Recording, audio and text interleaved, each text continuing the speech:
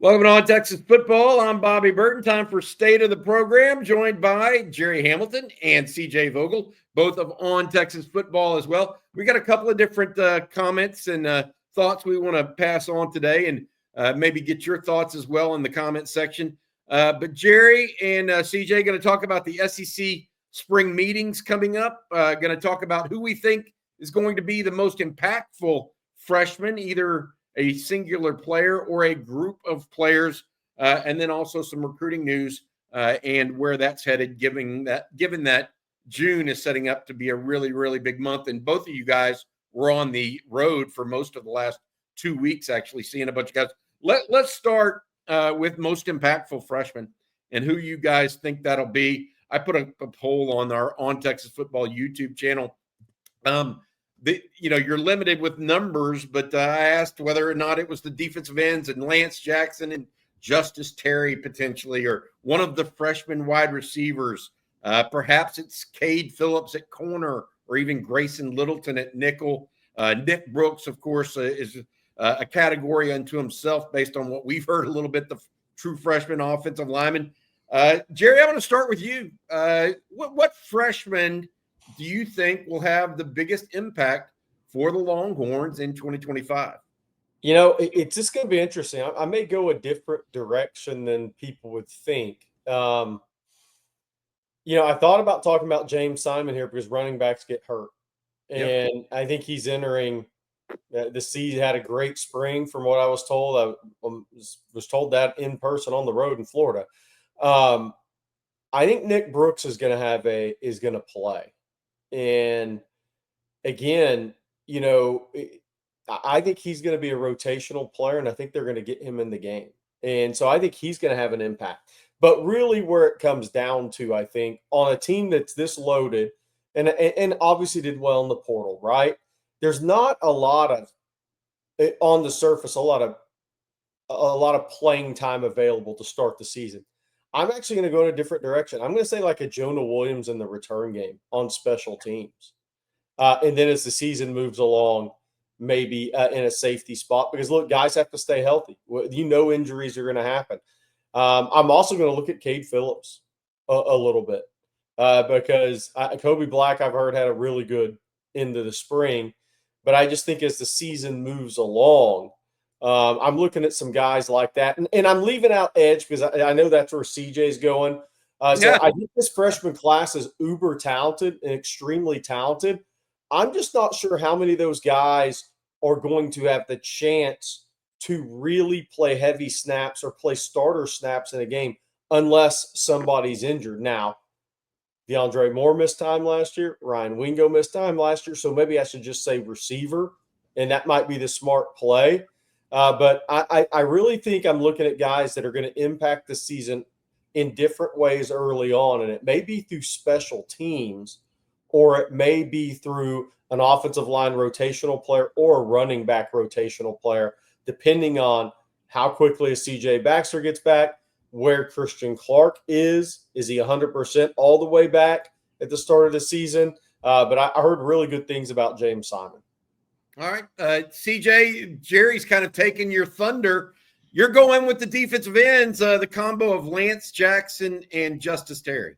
Yeah, thanks for leaving that one to me, Gerry. I know I kind of laid some dibs to that, before we started recording, so thank you. But no, I like that edge room. And, edge is a tough spot in terms of getting on the field. There's only two edges, and with the way that Texas has kind of built this linebacking room, at any point you could see an Anthony Hill, a Brad Spence, or a Trey Moore spin back down to it. But you have 6 true edges listed on the roster right now, one of which, Smith Robo, won't be healthy. We've seen dinged up time by Colton Vasek. And look, I really like Lance Jackson. Getting a lot of time with that second unit in the spring, I think is going to go a long way for him. Going against a Nick Brooks, going against an Andre Kojo and a Jaden Chapman. Those are 3-year guys with the exception of Nick Brooks, but we've all heard to some degree he's going to have an NFL future, right? So to get that early experience, I'm going with Lance Jackson. Of course, Colin Simmons also called him a future first-round pick. Take that for however much you're worth. But, hey, Colin Simmons knows what a good edge rusher looks like. So throw Justus Terry into the mix as well, because I know that's where he's starting his Texas career more so out on the edge until he gets his body correct moving forward. But I'm all for those two guys being an impact for the Longhorns. And again, I just look at how can you get on the field early. Edge might be one if you start getting into some of those tricky situation packages when you need to get after the pass rusher. And the reason I like where CJ went with that real quick, Bobby, is because Colton Vosick missed the spring. Zena missed a lot of the spring with injury. I mean, those guys, they got the reps. They may have got the most – them and the receivers got the most meaningful reps this spring. So if you're looking at guys who could be a little ahead of the curve right now, headed to August, it's going to be your edge and it's going to be your wides. I think you just led me into my answer. My answer is going to be probably maybe as surprising as anybody, and I'm going with Daylan McCutcheon. Not just all the receivers, but I'm actually going with McCutcheon because he's the one that came in and made some plays early and was consistent throughout the entire spring, actually. And that consistency will get you on the field sooner rather than later. Yes. I think that's a piece that goes unlooked or underappreciated. Steve Sarkisian is not going to take a lot of mental errors from his wide receivers. That's one of the reasons why he has had a tight circle of trust. I mean, we saw a guy like Isaiah Nayor, for example, literally lose any kind of circle of trust because he was having mental errors on the field and then ends up transferring. So I feel like if based on what we've heard and the limited number of possibilities right now, I mean, there is no backup at the slot position other than Talon McCutchen right now. DeAndre Moore, to your point, Gerry, was injured all spring. So this is a guy that got a lot of reps, proved he was worth the reps he was getting already. Now, I want to say this. That doesn't mean that I think he's going to be the best player 4 years from now or 3 years from now, right? That we're talking about the most impactful freshman.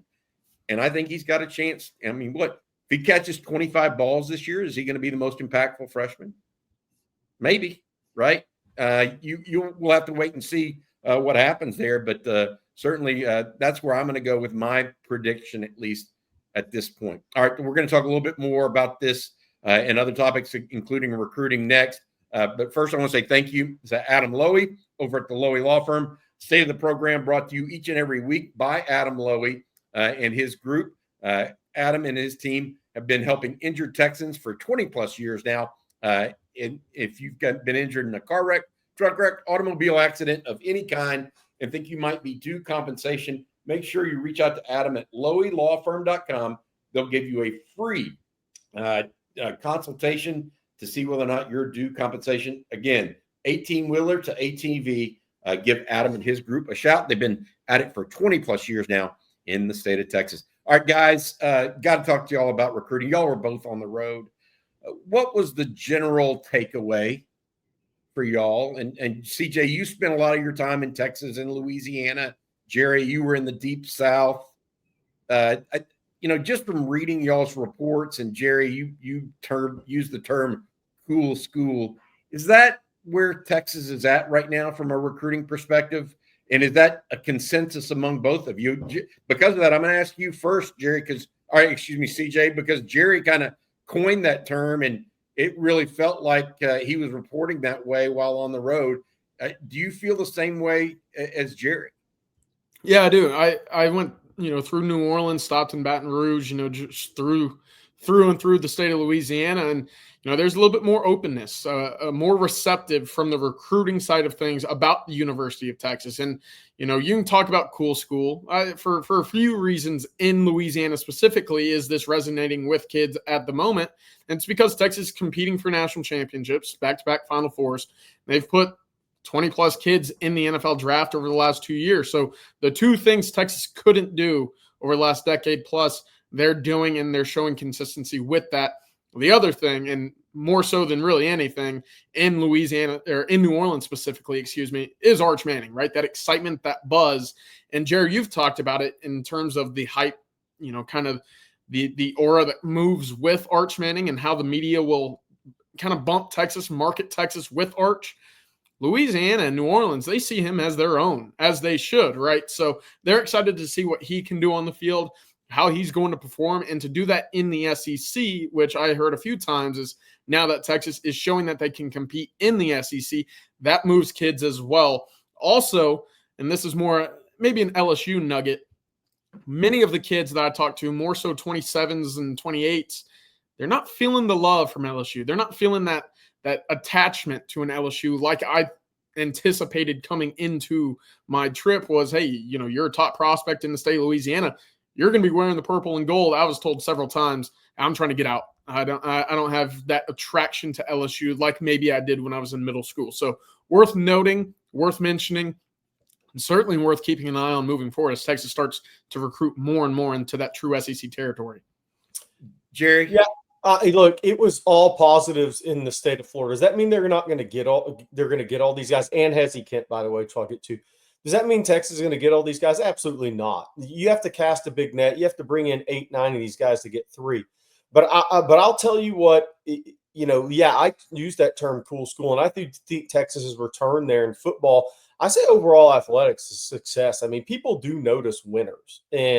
But from a football standpoint, here's the thing about recruiting in the state of Florida for Texas and why I think it resonates is Texas has been in the playoffs 2 straight years. Florida State hasn't, Florida hasn't, and Miami hasn't. I mean, there's just a bottom line. Start with that. And what do kids follow? I mean, they follow who's winning and who's winning awards and who's getting drafted. And Texas rolls into that state, and they have all 3 of those compared to the in-state schools, which are trying to keep these kids home. I mean, so Florida State got left out of the playoffs and won all their games. That's right. A year ago, people thought Billy Napier was going to be fired. So now it's more like, is he going to get over the hump in Miami? Is Mario Cristobal going to get over the hump? That's where the state of Florida is right now. Are these guys going to get over the hump?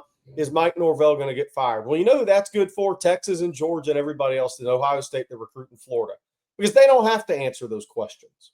This is a good point. Is Texas, and because for years, Texas could try to go into Florida, but an Ohio State or Georgia would swing a bigger stick. Yes. Is Texas now swinging as big a stick as those? SEC, 100% SEC. And while kids go to Miami and Florida State, those kids generally come down to, if a kid goes to Miami, he's going to visit 2 or 3 SEC schools and maybe Ohio State, right? I mean, that's really where recruiting is in that state. And I think that's where recruiting is in Georgia, too, to couple those together. It's a different game because Kirby Smart has won 2 national titles, and Georgia's a great program, and Clemson's the neighboring school, and Alabama's the neighboring school. So, and Auburn. I mean, that's a different state right now. But it's the same thing that you see is these kids in Georgia, they're going to visit 2 or 3 SEC schools, either an Ohio State or Notre Dame, maybe a school, a Clemson or a Miami, right? So it's all coming down to the same thing. And the key in recruiting is, are you one of those 3 SEC schools that those kids are going to visit? And in this 26th class, Texas has more official visitors from Florida and Georgia than ever before. So it's obvious that when Texas goes in to a top prospect in the states of Georgia or Florida, they're making that top 3 or 4 SEC cut. And that's right where you want to be. That's when you have a chance. All right. From y'all's trip, I want to ask y'all about 3 guys in particular. CJ, I'll start with you. Jabari Mack, big-time wide receiver. You went and saw him play up against Hayward Howard, commitment to the University of Texas out of Edna Carr down in New Orleans. But Mack has been a wide receiver, a desk man that's been committed to LSU for some time, but he's only visiting Texas and LSU. I want to ask you specifically, where does Texas sit in that recruitment, in your opinion? Yeah, that is the battle, Texas and LSU, and it's all about if Texas can pry him away from LSU. I talk about kids being more receptive to leaving Louisiana and LSU. Mack, obviously, not one yet. And so that's going to be up to Chris Jackson, who was at his spring game as well. The 2 talked for a very lengthy amount of time after the scrimmage, after the spring game. He talked to the family as well. It's all about going to be all about getting the parents on board with Texas, because of course there is that pride for folks who are kind of deeply rooted in Louisiana to have that LSU pride and that neighborhood pride. Oh, my kid's going to LSU. You're going to watch him every weekend for 4 years. That's kind of the pride for folks who have been deeply rooted in Louisiana. So for Chris Jackson. That's kind of the hump. That's what you got to overcome. So Texas is right there. And again, for him to say the only two schools that I really care about right now, the only two that I'm going to visit, Texas and LSU, well, there's your work, and it's cut out for you. So Chris Jackson and Steve Sarkisian, all about getting him back on campus for his official, and then finding a way to overcome what LSU has already put down for him. Is he? Let me ask you this: how good was he? Is he worth the fight? Yes. That's a good question. No, yes, your answer. That's my answer. Yes. I saw him back in February in work weights. I got to see him on the field, and I was completely sold. Okay, gotcha. Jabari Mack out of Destran. Hey, Gerry, question for you now. Two guys, and I know you spent a lot of time in Florida, but you also spent time in Georgia. And your very first trip was with Hezi Kent, who you mentioned, the big tight end out of Brunswick. Also could be, I mean, nobody knows where his body's going to go. He could play offensive line, defensive line. You just could stay at tight end. You just don't know. And then also Xavier Griffin, if you don't mind. Give us a little update on those two from the state of Georgia. We'll do Florida another time. Yeah. No, Hezi Kent was interesting because I'd been Brunswick High before years ago. But when I went to see Hezi Kent, I kind of started thinking, okay, where have kids gone from Brunswick High? Obviously, McClendon went to Georgia, played on 2 national title teams, a defensive lineman in the NFL. Darius Slay went to Mississippi State, really good NFL player. And those guys have been scattered across the SEC. And with Hezi Kent, then, so you walk down the wall. You remember where all the guys went. So that's where I started. And then I talked to Hezi Kent, and my initial reaction was, okay, he's got 5 visits, Georgia Tech, Florida State, Miami, Florida, and Texas. But I thought 3 schools were kind of out front, Texas, Florida, and Miami. And the more I talked to him, the more I was around the program, I thought Texas may be the slight favorite in his mind. And I'm not discounting Florida or Miami. I think it could go any direction. But I really walked away from there thinking he really likes Texas. And he likes Texas because he's only thinking of himself as a tight end in this process. Anybody that's recruiting him at a different position's out. He's only spoken with Sark and Jeff Banks. And he knows the tight end production at Texas. Now, and he said, hey, I'll play in line. I don't really care. I just want to play tight end. I'll play H-back. Doesn't matter. I just want to play tight end. Well, if you start diving into that, Texas has done a great job using their tight ends. They use multiple tight ends who all have impacts on the game. Miami, Elijah Arroyo, really good tight end. Obviously, Florida trying to incorporate tight ends more into their offense. And I think they may with DJ Lagway. But there's a lot of things in Texas' favor when you really break this recruitment down. And that was his second time to visit Texas in the spring. He went for the Kentucky game unofficially, as 2 unofficial visits before the official visit. And the biggest thing that I kind of got from that visit, and I think this is good for Texas, Florida, or Miami, is going far away from home is not a big deal for him or the people around him. They just want him to be in the best place he can possibly be. He had a lot of positive things to say about Texas. And I'm not saying Texas is going to get him. I'm not. What I am saying is it won't surprise me if he goes to Texas. But we got to see how all this plays out through NIL and everything like that. On Xavier Griffin, look, he had a great visit to Texas. Lyle and Clark, Johnny Nansen, Kenny Baker, all involved in the recruitment. I think he's that hybrid guy. He's kind of like Anthony Hill. He's such a good pass rusher off the edge. He's a see ball, go find ball guy, but he can play in space. He has played some middle linebacker. So I don't think he's a natural edge guy. I think he's kind of a combo of all that hybrid guy. I think Texas is in a pretty decent spot here. And I'm not saying he's going to end up at previously committed to USC. Yeah, I mean, look, I think Texas, Alabama, Ohio State, Georgia, maybe Florida State. I'm not sure I buy the Florida State part. But I think there's a really good relationship there. I think him and his family had a great visit to Texas. I think Texas being in the SEC, I think Justus Terry, I think Nick Brooks, I think Zealous Hicks, all those guys from Georgia that signed last year. When you go up to a Texas practice and you see Nick Brooks as a second-team left tackle right away, you see Justus Terry getting reps. Zealous Hicks was having a good spring before he tweaked his back a little bit. I mean, Emory Winston had a good spring. You're seeing these guys enjoying their time in Austin. So, yes, NIL is a big part of these recruitments, but players still recruit players. And you ask questions, hey, man, you having a good time here? what's this been like for you? Hezi Kent told me guys say I have great things to say about Texas. He mentioned Jamie French because obviously Brunswick, Jacksonville. Jamie French said, great place. I'm loving it here. So they're getting a lot of positive feedback from the players.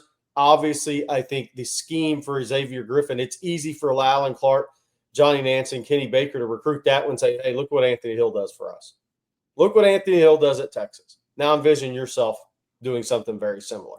So I think it's a pretty easy pitch to him. Where it's going to go at the end of the day, is Georgia have enough to really make the late run there? We'll see. I think Texas is in a pretty good spot right now.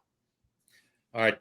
Thanks for the update. Both those Georgia guys and Jabari Mack making a visit to Texas in the month of June. I want to add this. Y'all, you mentioned briefly Emory Winston. I don't think any of us mentioned tight end necessarily when we were talking about who could make an early impact on this team. And we like what we saw from Winston in the spring. We know we like what we've seen from Nick Townsend behind the scenes, the freshman. He'll be a true freshman at Texas who starts, I think he moves in on May 31st. Gerry, you confirmed that with him last week. So it could be the tight end position instead of a Daylan McCutcheon or a defensive end or a James Simon. So we'll be on the lookout there. All right, last thing I want to mention before we let y'all go. I'll be at the spring meetings, SEC spring meetings, starting next Monday in Destin, Florida, and I'll be reporting from there. There is a lot going on in college football right now, guys. Will the House settlement close? I mean, it could close while we're recording this and be, there's just a lot of things going on. Is there going to be a commission by Donald Trump, or is Nick Saban saying, oh, we don't need a commission? I mean, the amount of balls in the air that colleges are juggling and commissioners are juggling. Now there's a draft, apparently, proposal that the conference commissioners are going to ask teams to sign that removes them from the ability to have lawsuits against a final regulation or regulator CEO type to say whether or not someone's eligible or not. There is so much up in the air right now. It is hard to fathom what we're going to see out of these SEC media days. Greg Sankey, I will say this and he's the commissioner of the SEC for those unaware. He will meet with the media each and every day after a day's worth of news. And I can tell you, those things may change by the day next week. Yeah. I don't know what to say other than this is unprecedented. And we're going to get a bird's eye view next week on this. Bobby, I think the number one topic for people, though, obviously House settlement without knowing where that is. That changes. That will be number one if it goes through. But I think right now, a lot of the talk is going to center around going to a 9-game schedule in the SEC and a 16-team playoff. Yep. I think that's where the majority of talk is going to be at the beginning of this, whether that's the questions to the college coaches. Obviously House settlement's there, but 9-game schedule, 16-team playoff. What is going to come with that? What's Greg Sankey going to – because that is, I think, for the SEC, maybe the biggest issue right now. It's always been an 8-conference game league. And going to 9 conference games, what's going to happen with the SEC championship game? 16-team playoff. I think that may dominate the conversation when you're down there. You say issue, but go ahead, CJ. I'm sorry. You say issue with the 8-team. I think SEC fans, SEC, the conference itself, are viewing that as no, that's a luxury. And so, look, I'm all for a 9-team schedule. I hate seeing bad college football played. You could talk about the ins and outs and what that means for the larger picture of the college football playoff, et cetera. But miss me with a November game against Fordham. Miss me with the game against McNeese State. No disrespect, but this is the SEC. This should be the best of the best playing the best of the best. If I can get one more game out of every team in the conference playing each other once again, I want that. Gotcha. My take on the 16-team game or 16 schedule. I mean, they go to a 9-game SEC schedule, and all of a sudden, that's a bloodbath where they need those automatic qualifiers more from the SEC, so they don't knock each other off. All right, a lot of discussion to be had there. We'll have more of it. Before we let you go, one more time, we want to mention our sponsor of On Texas Football and the state of the program. That's Adam Lowy and the Lowy Law Firm. Give Adam a shout. if you've been injured in a car wreck, truck wreck, automobile accident of any kind. That's loeylawfirm.com. Thank you, Adam. All right, guys, that's going to do it for this week's Stay of the Program. We'll be back with more. Make sure you check in on ontexasfootball.com for the latest news on recruiting and just general discussion. Thank you all very much. Thank you, CJ. Thank you, Jerry Hamilton. And thanks to our producer, Matt Hutchinson. This has been Stay of the Program. Hook up.